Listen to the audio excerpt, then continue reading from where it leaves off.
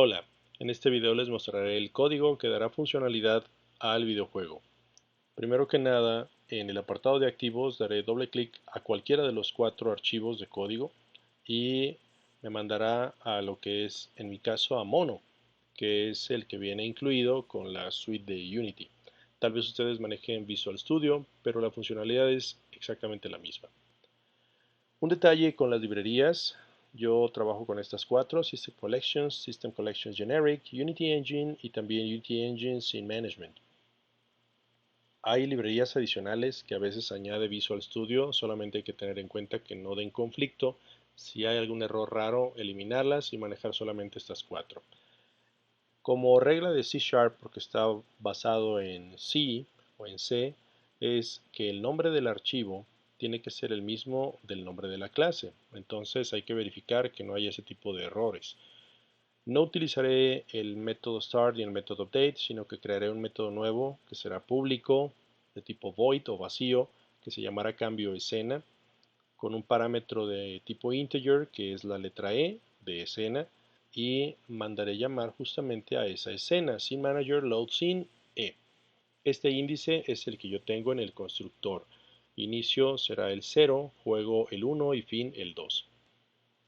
El código de barra mala es muy simple. Esto me lo da por definición Unity con Mono, esas 3 librerías, y lo único que hago es en el método update, que es el que me permite la interacción en tiempo real con lo que sucede en el videojuego, le pongo transform.rotate new vector 3, es decir, un vector en 3 dimensiones que tiene un valor de 0 en X, 100 en Y y 0 en Z por time.deltaTime.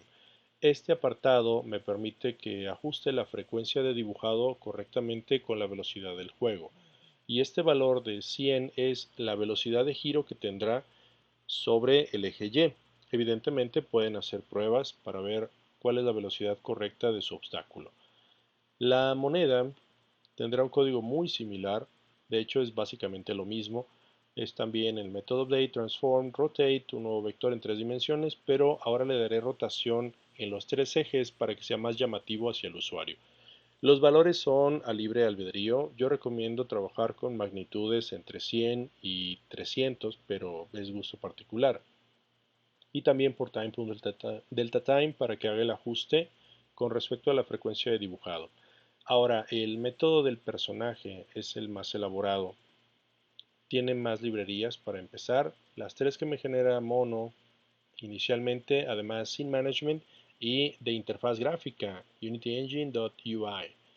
Bien, ¿qué variables necesito? Declaro variables privadas de tipo integer, que serán la velocidad con valor de 3. Eso será el desplazamiento que tendrá el personaje.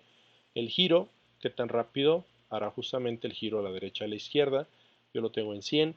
Fuerza 350 es con cuánta fuerza justamente se elevará en el salto y el contador de objetos, que inicia en 0. Una variable booleana que se llama salto, que inicia siendo falsa, para evitar que haga saltos en el aire el personaje. Una variable que es de tipo readBody, que llamaré RB, para permitir controlar la gravedad del objeto y justamente el salto. Variables públicas de texto, que son el texto de vida y el texto de contador, para indicarle al usuario los cambios que hay en estos elementos. Una variable pública, que es el deslizador, slider, barra vida, también para controlarla con respecto al código. Y en este apartado de audio source tengo los 5 audios que generará el personaje al interactuar con los demás elementos, es decir, los efectos de sonido. Pongo los corchetes para indicar que es un array o un arreglo y el nombre será sonidos. Public Button, ve a avanzar. Esto es para que el botón que me va a permitir mandarme a la escena final lo pueda ocultar al inicio del juego. Bien, en el método Start son los elementos que solamente se utilizarán una vez y nada más. Entonces lo que hago es asignarle a la variable RB el componente readBody. A la variable sonidos, como es un array o un arreglo, le doy la opción de getComponents, plural, audio source, o sea que todos los elementos de tipo audio source me los incluirá en este array. Y por último, el botón avanzar lo inactivo, GameObject.setActive y entre paréntesis false, para que no se muestre cuando arranque el juego. El método update es el más importante para la funcionalidad, porque es el que me permite interactuar en tiempo real con el código y obviamente el personaje. Entonces declaro condiciones para mover hacia adelante un acceso o una entrada que es input, get key, keycode W. Voy a hacer una traslación con un vector en 3 dimensiones dándole velocidad en el eje Z, que es la que declaré previamente. Y también por time.deltaTime para el ajuste correcto de la velocidad del juego. Mover hacia atrás es básicamente una copia, pero cambio en lugar de W será S y la velocidad será negativa.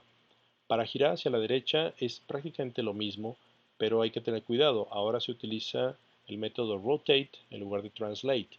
Y el eje también cambia, porque ahora lo haré sobre el eje Y, que será giro, la variable que definí previamente, y cuando gire hacia la izquierda será negativo, pero es básicamente una copia del código de girar hacia la derecha. El código de saltar tiene una condición doble, porque necesito que presione la barra espaciadora, pero con la opción de Get Key Down. De esta manera, al momento de presionarla, me genera solamente un pulso, independientemente de cuánto tiempo esté presionada la barra espaciadora.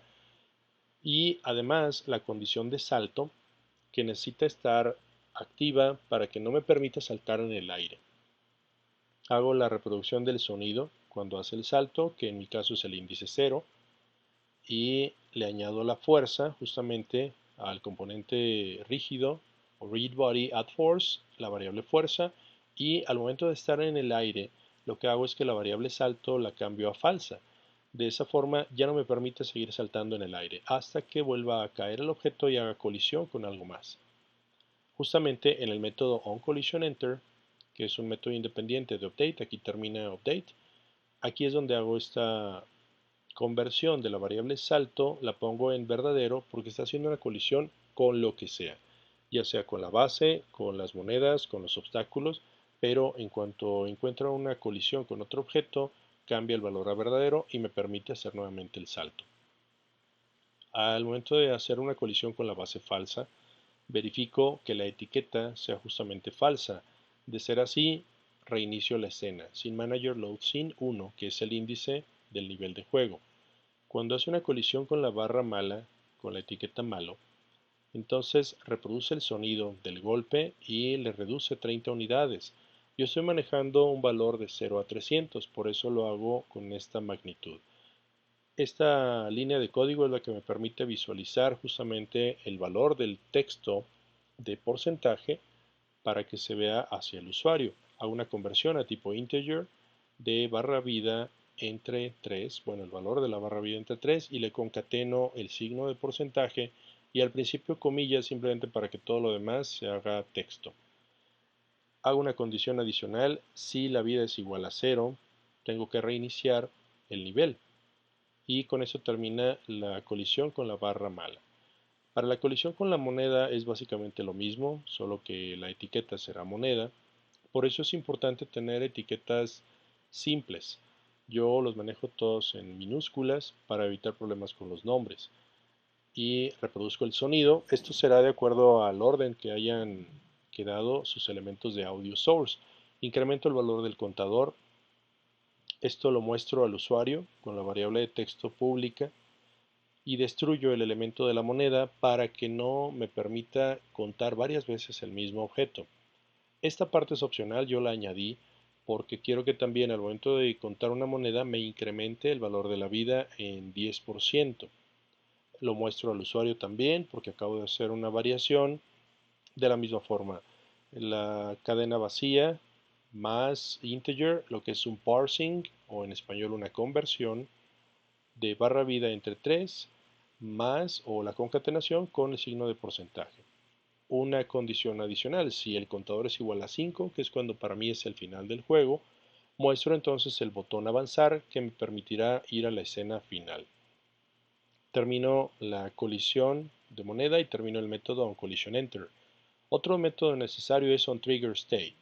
OnTriggerStay es el que me permite estar dentro de lo que es el sistema de partículas. Entonces, si justamente estoy colisionando con el sistema de partículas y está dentro de ese apartado, incrementa 1 a 1 el valor de la barra de vida. como son muy rápidas las partículas, apenas está bien con este incremento. Si me mantengo en las partículas malas, hará básicamente lo opuesto. Entonces verifico que la etiqueta sea malas y aquí decrementará. Como se decrementa justamente la vida, necesito hacer una condición que si llega el valor a cero, entonces me reinicie este nivel. Y obviamente también le muestro al usuario el valor de la barra de vida conforme se incremente o se decremente al hacer interacción con las partículas. El último método es onTriggerEnter, que es el que me permite efectuar el sonido justamente de cuando ingreso a las partículas buenas o cuando ingreso a las partículas malas. Recomiendo que estos dos sonidos sean de una duración mayor para que alcancen a dar el efecto de que se está cargando la vida o se está disminuyendo. Y con eso terminamos todo lo que es el código del personaje. Esta fue la explicación y ya nada más nos queda en el último video hacer la integración justamente de los elementos públicos en la asignación de Unity y ajustes finales para terminar el videojuego. Gracias y nos vemos en el siguiente video.